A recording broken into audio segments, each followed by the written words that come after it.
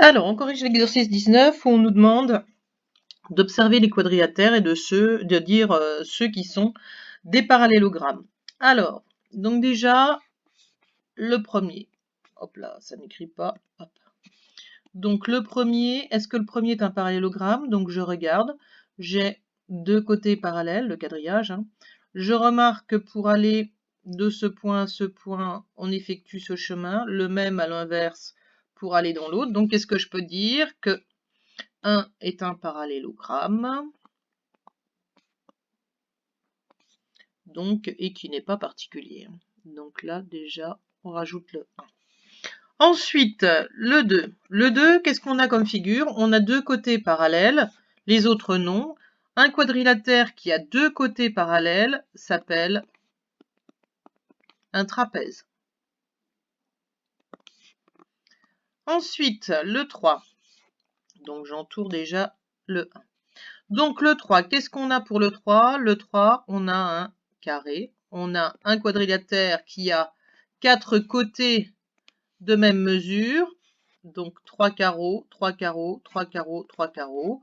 On a un angle droit, un angle droit, un angle droit.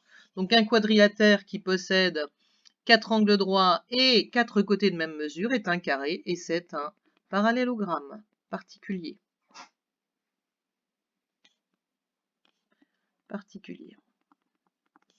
Ensuite, on passe à la quatrième figure. La quatrième figure, qu'est-ce qu'on a? On a un rectangle. Et un rectangle, c'est quoi? C'est un parallélogramme particulier puisque un rectangle, c'est donc deux largeurs de longueur. Largeur et longueur sont parallèles puisque je rappelle qu'on a des angles droits. Hop, donc ces deux côtés opposés sont parallèles 2 à 2. Ensuite, le 5. Le 5, qu'est-ce qu'on a comme figure? On a deux côtés parallèles, les autres non. Un quadrilatère qui a deux côtés parallèles, c'est un trapèze. Donc le 6, qu'est-ce qu'on voit? On voit qu'on a également un parallélogramme. On a deux côtés opposés parallèles et de même mesure, logramme. Ensuite, le 7. Donc hop, celui-là j'entoure. Le 7, qu'est-ce qu'on a comme figure? Donc on a déjà un quadrilatère qui a ses diagonales perpendiculaires. Donc on remarque en fait qu'on a deux triangles isocèles. Donc les côtés opposés sont parallèles 2 à 2 et de même mesure. Donc qu'est-ce qu'on a? On a un losange qui est un parallélogramme particulier. Parallélogramme, c'est le signe dièse. Particulier. Et enfin, ah non, il y en a encore deux. Le 8, qu'est-ce qu'on a comme figure? On a un quadrilatère. Est-ce qu'on a des côtés parallèles? Non, on n'a rien du tout. Donc c'est un bête quadrilatère. Et enfin le 9. Le 8, il n'est pas entouré. Il faut que je réécrive. Voilà, le 8, c'est un quadrilatère. Le 9, qu'est-ce qu'on a? On remarque qu'on a le même déplacement. On a donc les quatre côtés opposés parallèles. Voilà, et de même mesure. Donc le 9, c'est un parallélogramme. Donc voilà, 1, 3, 4, 6, 7 et 9. 1, 3, 4, 6, 7 et 9 sont des parallélogrammes. Ensuite, on passe à l'exercice 21, donc c'est un programme de tracé. Alors, on nous dit de placer 3 points R, S et T non alignés et de tracer la droite D parallèle à RS. Donc, cette droite D qui est ici, elle est parallèle à RS. D'accord? Ensuite, qu'est-ce qu'on sait? On demande de tracer le cercle de centre T et de rayon RS. Il coupe la droite D en deux points U et V. Donc, si je trace le cercle de centre T de rayon RS, ça veut dire que la longueur ici est la même que celle-là. Non. erreur, est la même que celle-ci et que celle-ci.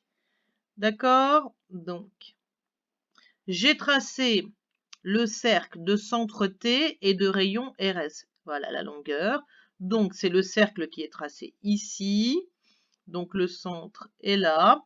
Et donc, s'il est de rayon RS, ça veut dire que j'ai la même longueur ici et là, et ici aussi. Voilà, donc j'ai rajouté mes codages. Donc maintenant, je vais pouvoir nommer deux quadrilatères dont trois des sommets sont RS et T. Donc je dois inclure les trois points là. Et je dois montrer que ce sont des parallélogrammes. Alors, le premier quadrilatère que je vois, c'est RSVT. RSVT, c'est quoi? RSVT, j'ai dans ce quadrilatère, j'ai RS qui est parallèle à TV. Pourquoi? Parce qu'au début, donc on nous a dit de tracer, hop, la droite D qui est parallèle à RS et qui passe par T. Sachant que les points T et V appartiennent à la droite D, donc j'ai bien RS parallèle à TV. Qu'est-ce que je sais également? Je sais également que la longueur RS est égale à la longueur TV. Donc ça, c'est ce que j'ai fait au petit b en traçant le cercle de centre T et de rayon RS, qui coupe T et V, la droite D en T et en V. Donc là, j'ai donc deux données, RS parallèle à TV et RS égale TV. Or, si un quadrilatère a deux côtés opposés parallèles et de même mesure, c'est bien le cas, alors ce quadrilatère est un parallélogramme. Et je conclus donc RSVT est un parallélogramme. Donc je fais exactement la même chose donc pour le second. Le second c'est RSTU. RSTU, donc j'écris ici. Qu'est-ce que je sais? Je sais que RS est parallèle à TU pour les mêmes raisons que tout à l'heure. C'est un U. Hein. Pour les mêmes raisons que tout à l'heure, puisque T et U appartiennent à la droite D qui est parallèle à RS. Je sais également que RS est égal à TU, puisque U appartient au cercle de centre T et de rayon RS. Or, c'est la même, propriété. Et donc, je peux conclure que RSTU est un parallélogramme. Et donc là, on vient de faire deux belles démonstrations, comme on avait fait, souvenez-vous, en AP.